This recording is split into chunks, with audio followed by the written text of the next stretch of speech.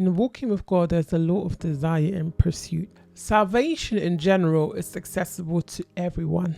Okay, God desires for everyone to be saved. That part of God is accessible to everyone, and God has a desire for you to be saved and for all man to be saved. But there is a deeper dimension of God that if you want to access in your walk with God, there is an element of pursuit and then there's an element of desire on your part. Matthew 7:7, it says, "Ask and it shall be given to you. Seek and you shall find. Knock and it shall be opened to you." So it shows us that there is a action needed from your end. It says seek. That is an action for you to look. When you're seeking, you're not just looking in one area. If you're looking for something in the room that you're in right now, you're not likely going to just look in one corner. You're going to look around. You're going to lift up some things. You're going to shove some things away. You're going to really search. That means there's an active effort on wanting to find that which you're looking for. You're knocking, right? Knocking is not just one knock. You keep knocking. The element of perseverance, right? Knowing and walking with God, there is the surface level of, sometimes we wonder if the Holy Spirit is upon other people more than others. No. The Holy Spirit is the same on everyone. And I've often heard that question. Do some people have more of the Holy Spirit than other people? Because some people seem to be walking more in the prophetic and the power gifts than others. No, that's not it. The Holy Spirit is the same on everyone. It is whether the person has built capacity for the Spirit to express itself in that person more. It's like a cup, it's like a teacup. It's like a person that has exercised their spirit in the level of a teacup, and someone who has exercised their spirit in the level of a tank. Definitely, the tank will have more capacity to have more water, more power, more might than the person that has created a capacity of a level of a cup.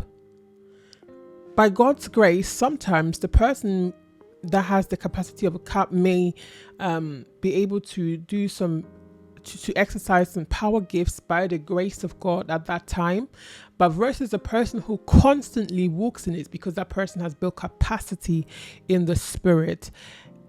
Ruth, how do you build capacity in the Spirit? It's by conducting spiritual exercises, praying in the Spirit, reading the Word, meditating, exercising the gifts that the Lord has given to you.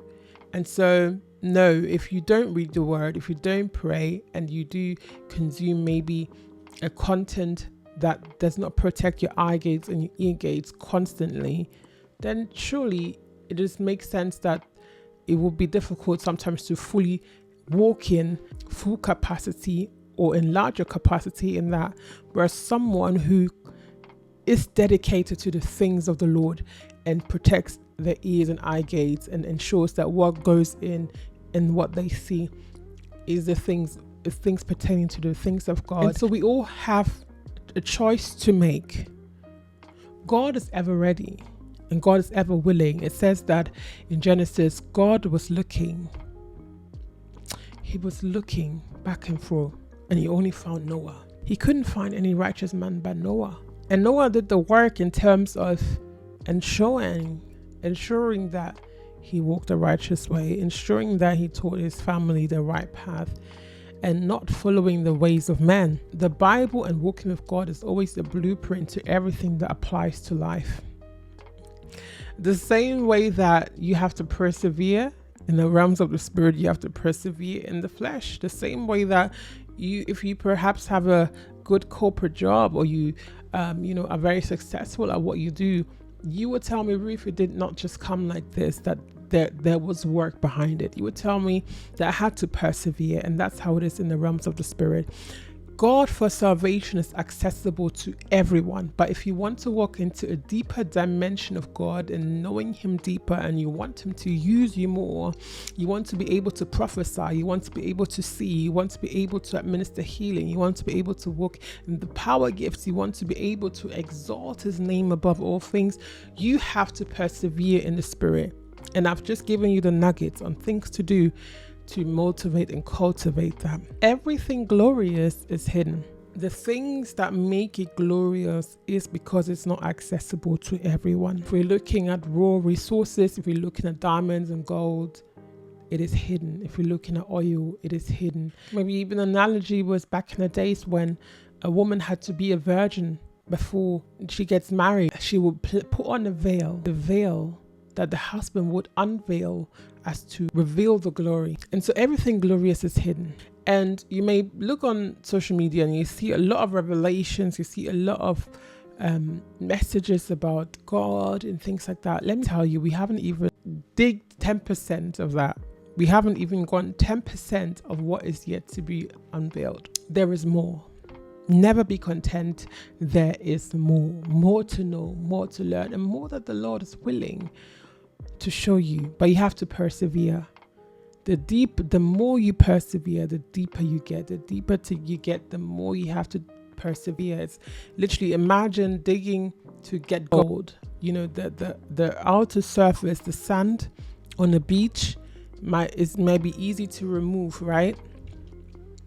Easy. Okay, so you got into the first step of revelation. Okay, I can see the deeper, the more harder sand, and then you get down to rock, and then you have to use a drill. You have to drill deeper, and that's why you have people. I know personally of people who go on a mountain for 40-day fasts. They go on a mountain for dry fasts. Me personally, I go on retreats because I have a desire to know God deeper, not just the surface. I'm not satisfied or content with the surface. I want to know more. And so if you want to dig deeper, you carry out these spiritual exercises in partnership with the Holy Spirit, and He will guide you into all truths. He wants to reveal. He wants to reveal. Everything glorious is hidden, but the glorious also wants to be uncovered. It wants to be found. But who is the one that will persevere enough? And so I leave this law with you, the law of desire and perseverance, as we go through our series of walking with God. And if this is something that is helpful to you, share it with a friend. Subscribe as we continue to dig deeper.